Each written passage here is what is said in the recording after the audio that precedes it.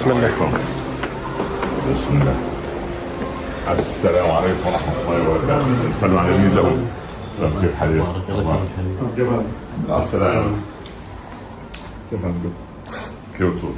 الحمد لله. كيف صح؟ ما شاء الله. تفضل. السلام عليكم. ما شاء الله ما شاء الله. كيف حالك؟ كيف How are you? After a long time.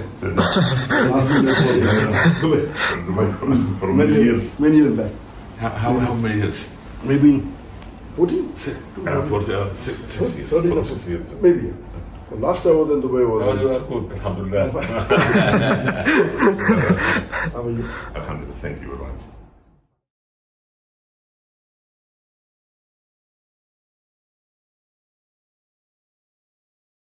So many thousands of people entered Islam after you, alhamdulillah. What was the most emotional moment for you? Like one specific story that affected you personally? That's right. Question is small, but the answer is big. I mean, the many incidences which, mashallah, touched my life when non-Muslim accepted Islam. One of the unique was whenever I used to go to Dubai to give lectures, there was a person, Hindu by the name of Rahul. He used to, whenever I used to give public lectures, he used to ask me questions.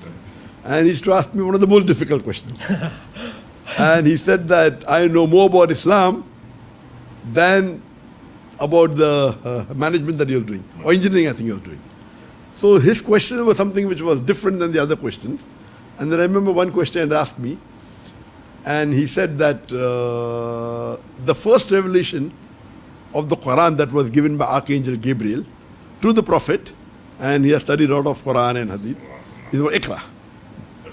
And then the Hadith and the Tafsir says that Archangel Gabriel said Iqra, again Iqra. So he's asking the question that what did Archangel Gabriel show to Prophet Muhammad when he said Iqra? Is that document available in the museum? What did he show? There is no record of what did he show. True. When he said, Ma'ana biqari, I cannot read.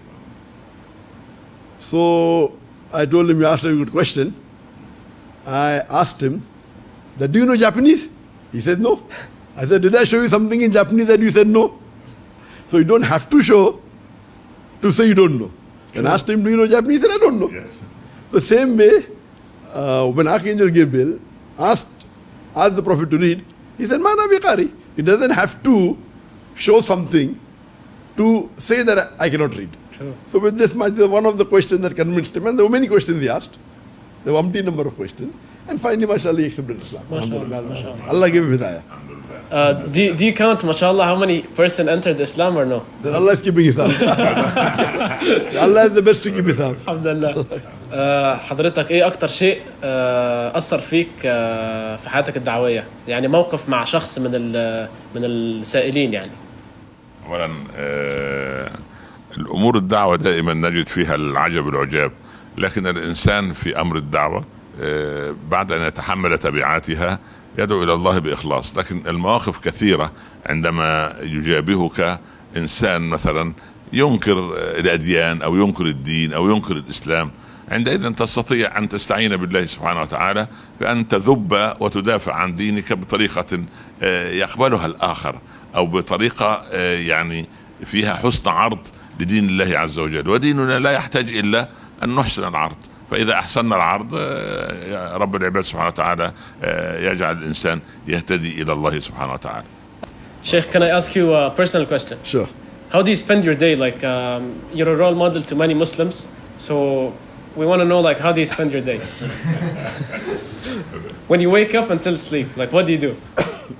Of course, when I was in India, where we had an organization which was one of the largest Muslim non-government organizations in the world, Mashallah. where we had more than 500 people working in one office, more than 10,000 volunteers. So there the routine was that I go to the office. And on an average, I spent about 15, 16 hours in a day in the office. MashaAllah. And normally many times come after Fajr. Yeah. And then read the Fajr, then sleep for about 3 hours, then get up, have breakfast, then pray the Zohar Salah, then spend time with my parents who are very old that time. Now my father is no longer alive, in Jannah, and then go back to the office. But naturally here when I did hijrah from India to Malaysia, there was a change in life. My iman increased, mashallah. Alhamdulillah. So now my home has become my office. MashaAllah. So normally I feel that if Allah has blessed you, the maximum time a person should spend in life, in a day, is on salah. It's not a fard, it's my recommendation. So, and the best for a Muslim, especially a Dai, that he should spend long hours in tahajjud. Tahajjud. So I advise that if you can spend initially half an hour, then maybe 1 hour, then maybe 2 hours. The longer you spend, it's better. And all your 5 salah should be in the mosque in Jama'ah. And how did you get to know your kids if you're working like 16 hours a day? That's very good. I believe in Venn diagram. Because Venn diagram means there is overlapping. When I'm married, before marriage, I used to spend maybe about 10 hours for dawah. So people told me, if you marry, you will not be able to spend 10 hours for dawah. So I married a daiya.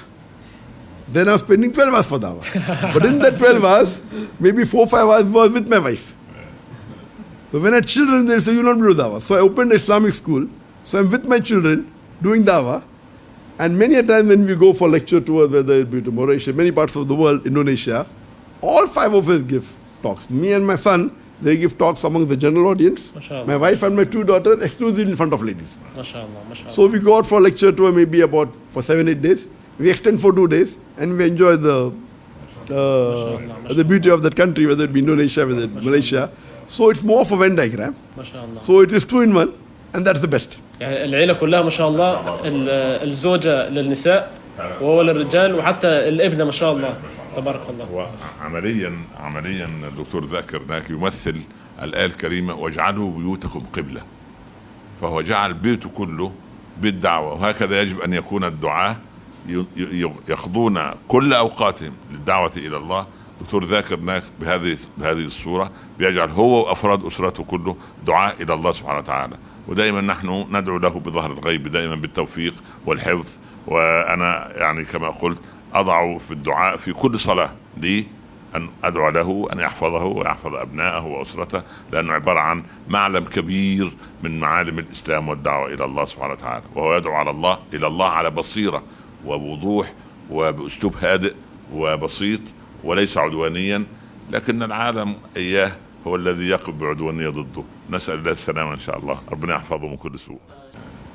شاكرين فضل دكتور ذاكر نايك، وأنا يعني very glad to see you today and إن شاء الله ندعو لك وللأسرة الكريمة بإذن الله. ربنا يحفظكم من كل سوء ويطرد عنكم شياطين الإنس والجن ويوفقك دائما لما تصنعه، ونحن دائما اعلم أن لك إخوة في العالم كله وأنا من أولهم. أنا منبهر بطريقة دعوتك، أتعلم منك الكثير، أدعو لك بالخير، ربنا يوفقك للخير دائما إن شاء الله. لو حضرتك تصف الشيخ ذاكر في كلمة واحدة. لو رآه النبي صلى الله عليه وسلم لسر به. لا. يعني لو رآه الرسول لكان سعيدا به. هذا من عينات الإخلاص التي تسير على قدمين، ولا أزكي على الله. Sheikh ذاكر, if you were to describe Dr. Omar in one word, what would you say? One word is difficult. But alhamdulillah, I would say that Allah has chosen him to spread the message of deen through him. So he's one of the chosen persons from Allah to spread the deen. Alhamdulillah. What he said about you, he said, if the Prophet was to see you, he will be very glad. جزاك الله كل خير.